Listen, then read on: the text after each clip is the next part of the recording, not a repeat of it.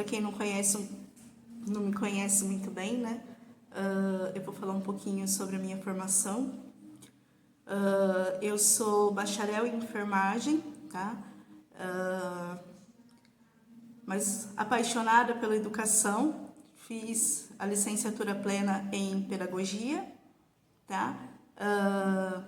Sou também pós-graduada, recentemente pós-graduada aí em psicologia escolar, neurociência e estou cursando atualmente aí o curso de neuropsicopedagogia institucional, clínica e hospitalar. Aí talvez você possa me perguntar, né, por que eu estou falando da minha formação em um vídeo onde eu vou tratar de um assunto tabu, né?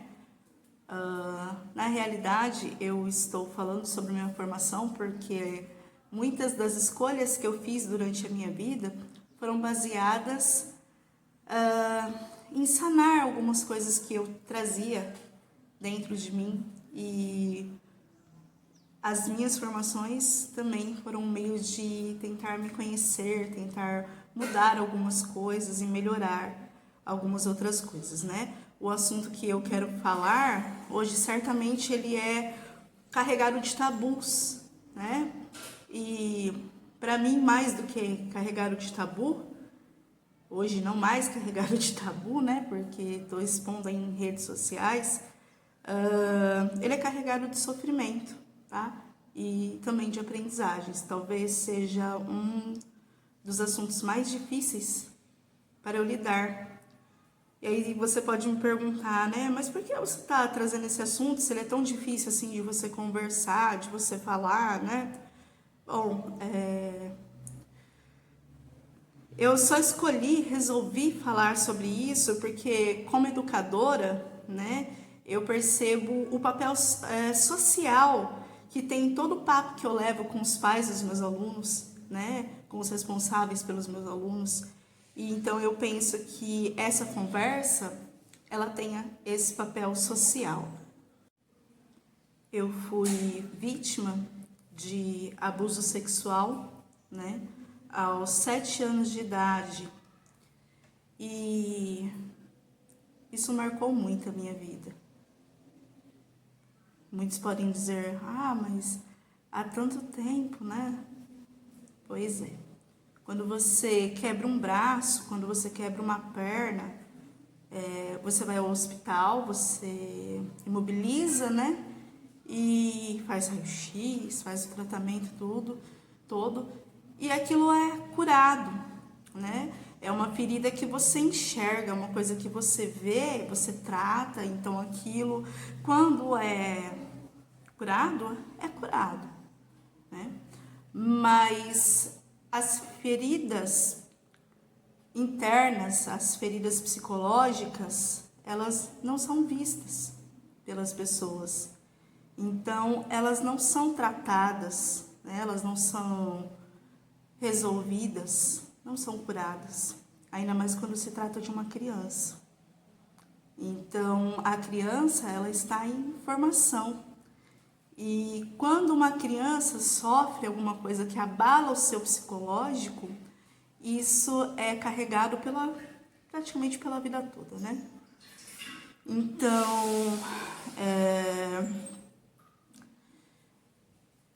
o que eu queria falar para vocês é que quando isso aconteceu comigo, né, aos 7 anos, por uma pessoa muito próxima da família, né? Porque é sempre assim, o abusador não pensa que ele tem cara de abusador, porque ele não tem. Ele tem cara de uma pessoa boa, de uma pessoa de boa índole, de um trabalhador, né? De uma pessoa que nunca faria aquilo. E ele chega como se ele fosse ajudar a família. Deixa seu filho aqui enquanto você faz isso, enquanto você faz aquilo. Lógico, não estou generalizando. Tem pessoas que realmente fazem isso de bom coração para ajudar alguém que está passando por alguma dificuldade.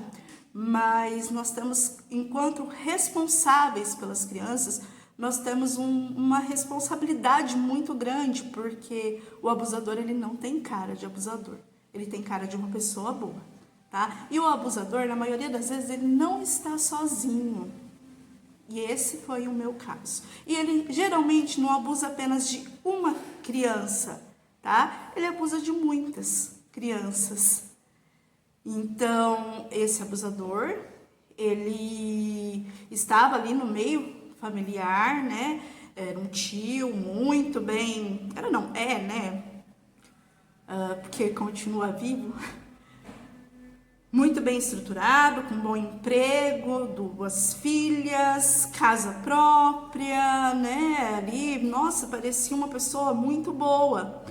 E quando isso aconteceu, ele não abalou somente o meu físico, né? Não foi somente o meu físico que foi abalado. Por quê? Porque quando você é abusado, você fica com medo de falar, com medo de se expor, né? Eu lembro do medo que eu tinha de falar para os meus pais sobre isso. Era um medo, o medo doía mais do que o que tinha acontecido. Por quê? Porque meus pais sempre foram pessoas que eu amei muito, né? E que eu confiava, mas o meu medo de falar para os meus pais não era uma questão de confiar nos meus pais ou não confiar nos meus pais. O meu medo era o quê? Da reação do abusador. Porque a criança abusada, ela parece que ela carrega o abusador ali do lado da cabeça dela, ameaçando a família da criança, entende? É como se o abusador estivesse ali o tempo todo falando, nossa, você vai falar pro seu pai, se você falar pra sua mãe, se for acontecer alguma coisa, eu vou fazer isso. Então eu tinha muito medo de acontecer alguma coisa com os meus pais, né? Deles morrerem, né, desse abusador de repente atirar, sei lá, fazer alguma coisa, porque é o que passa na cabeça de uma criança, né? Uma criança não tem uma estrutura para pensar que os pais irão fazer justiça por ela. Mas no meu caso em específico, eu acredito que os meus pais eles pensavam que acontecer alguma coisa, com certeza ela vai falar, porque o meu perfil de criança era um perfil que uma criança centrada, estudiosa, eu não dava trabalho para os meus pais, né? Então eu acredito que os meus pais poderiam pensar que qualquer coisa que acontecer, com certeza nós saberíamos. Mas não é assim, gente, não é assim que funciona. As crianças, muitas das vezes, e esse foi o meu caso, não falam por medo. E eu acredito que esse medo, ele vem porque as famílias, elas não falam sobre isso no dia a dia, né? Os pais não chamam os filhos para conversar sobre isso. Eles não falam, eles não ensinam os filhos que os filhos podem confiar neles caso isso aconteça. A gente não trata sobre isso com as crianças. E eu acho que cada família tem, com certeza, né, o direito de querer falar sobre sexualidade ou não com seus filhos, mas como vítima de um abusador, eu vejo a importância das famílias tratarem sobre isso com as crianças, tá? De deixar claro para as crianças, olha, nós estamos aqui, tá? Caso alguém mexa aqui ou ali, você pode chegar e você pode nos contar, porque nada vai acontecer com a gente, tá? Porque nós procuraremos a justiça, tá? E a justiça vai estar do nosso lado, então você não precisa ter medo. Isso vai funcionar em todos os casos? Não sei. Mas talvez seja uma maneira de cercar, de tentar blindar, né, a cabecinha dessa criança com relação à segurança, a se sentir seguro em falar, caso isso venha a acontecer, tá? E como eu estava dizendo para vocês, eu não tive isso, né? Os meus pais, eles eram conservadores. Óbvio que aos 5 anos, 6, 7 anos, eu já tinha noções de sexualidade, porque nós temos, mas jamais eu falaria alguma coisa a respeito perto dos meus pais, porque eles não tratavam do assunto, né? Então, eu acho que a gente acaba sentindo que a gente não pode saber daquele assunto ainda naquela idade, né? Então, eu não conversava sobre isso com os meus pais, apesar de saber, não conversava. E teria sido muito mais importante que os meus pais tivessem conversado sobre isso comigo, mas eu entendo que isso vem da geração deles, né? Esse tabu vem da geração deles. Bom, a partir daí, o que aconteceu? Eu fui criando dentro de mim barreiras, né? Eu sempre tive homens na minha família maravilhosos, né? Tirando esse abusador, os meus tios em geral sempre foram carinhosos, maravilhosos, né? O meu pai maravilhoso, meu avô maravilhoso, maravilhoso e maravilhoso, né? E eu fui criando uma barreira com relação a isso, né? Muitas vezes eu senti um pouco de medo de chegar perto deles, né? Porque isso acontece, gente, não adianta, isso é instintivo, né? Isso vem da criança. E eu tinha medo de chegar perto deles, do carinho, de abraçar, de beijar. E por várias vezes eu deixei de pular no colo do meu pai quando ele chegava do trabalho, né? E esse talvez seja um sinal que as famílias muitas vezes levem como rebeldia da idade, né? Mas nem sempre é rebeldia. A mudança no comportamento de uma criança pode significar muitas coisas. Então é muito importante que a gente converse, né? Se você percebe uma mudança de comportamento vindo de uma criança, então você precisa investigar, né? Esse parente, né? Ele insistia por diversas vezes, vamos posar lá em casa, vamos não sei o que lá. E eu poderia ter dito, não vou. Mas eu tinha medo.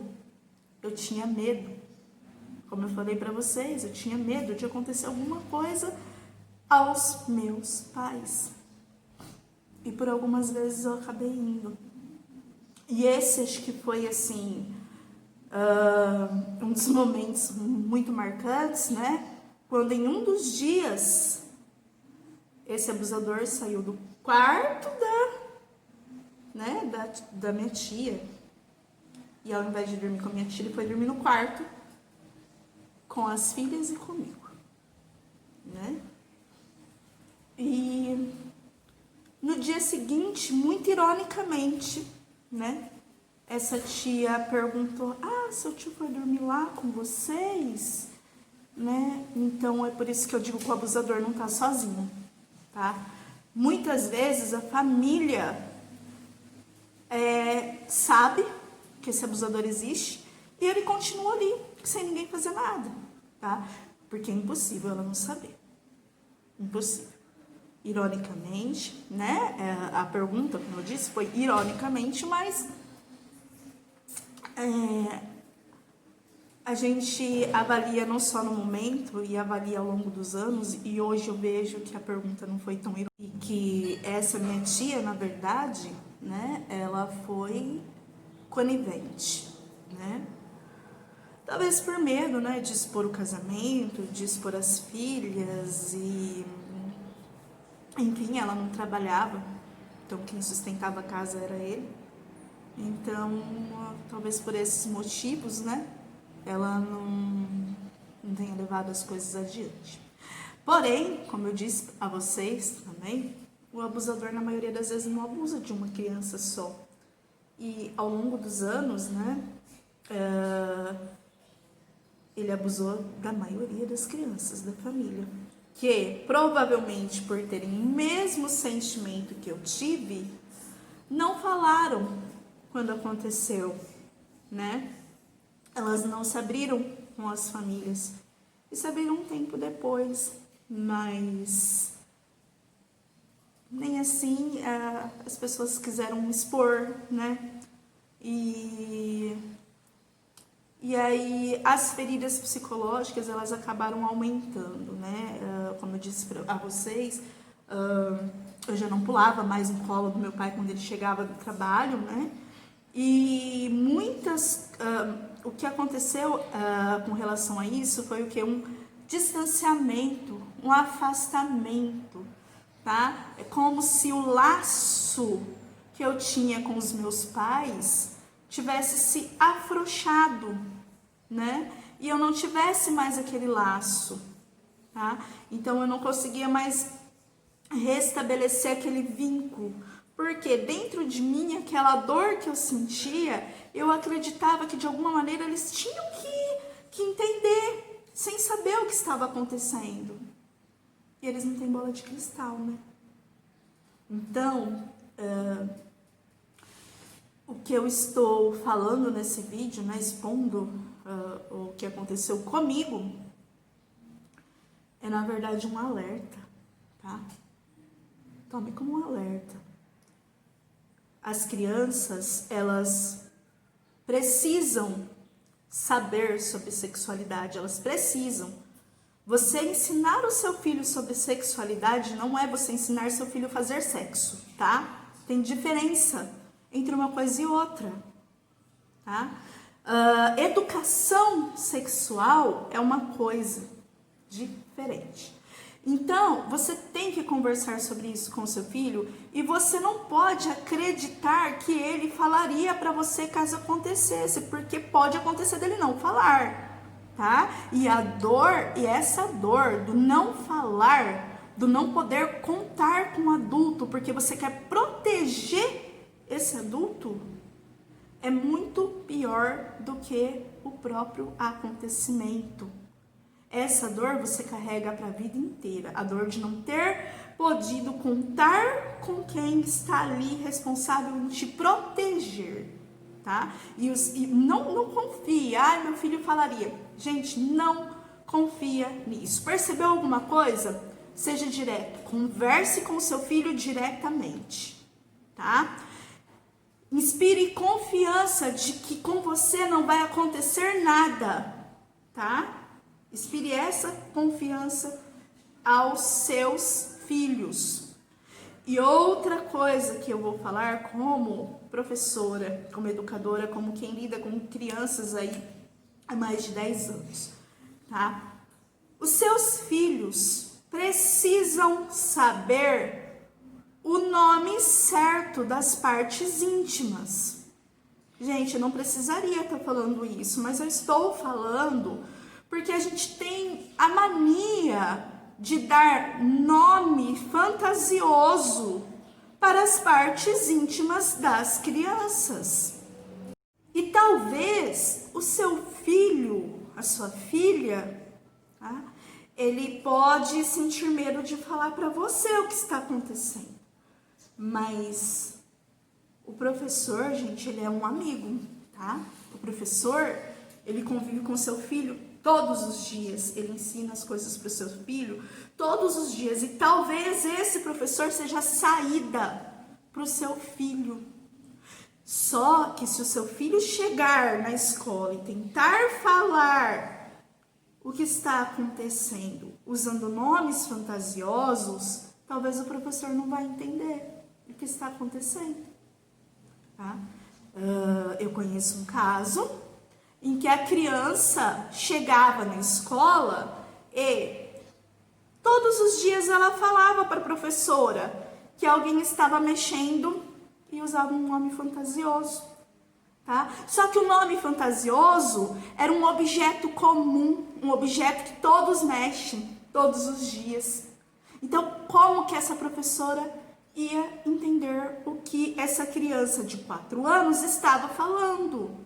Não ia entender, entendeu? Se ela soubesse o nome da parte íntima, sem ser um nome fantasioso, ela iria falar o nome para a professora. A professora ia chamar os pais, né? Olha, tá acontecendo isso, né? e formariam uma rede de apoio para essa criança. Mas isso perdurou por mais de ano, né? Porque a criança falava um nome fantasioso. Então não ensine nome fantasioso para os seus filhos. As partes íntimas têm nome, não é? O cabelo tem nome, o olho tem nome, não é? A vagina tem nome, o pênis tem nome. Precisa falar outro nome? Não. Ah, é bonitinho falar outro nome? Gente, proteção é tudo. Né? Não é feio o nome, não é feio a criança saber o nome das partes do corpo. Isso é tabu, isso é coisa de mente ultrapassada de antigamente. Né? Então, vamos conversar com os nossos filhos, vamos inspirar confiança, em primeiro lugar. Entender que mudança de comportamento pode indicar coisas que não são rebeldia, tá? E as crianças precisam saber o nome das partes do corpo, tá? E você, pai, você, mãe, você é responsável por essa criança. Melhor do que ninguém para conversar sobre isso com ela, tá? E um grande momento dela saber que ela pode conversar sobre isso com você, né? Converse informalmente, chame para conversar. Ó, filho, filha, esse lugar aqui é um lugar que só você pode tocar, tá bom? Quando a mamãe vai te dar banho, a mamãe pede licença, ó, licença, vou lavar aqui. Ou, ó, lave você, né? Mas nenhuma outra pessoa pode. E caso isso aconteça, você precisa me contar, tá?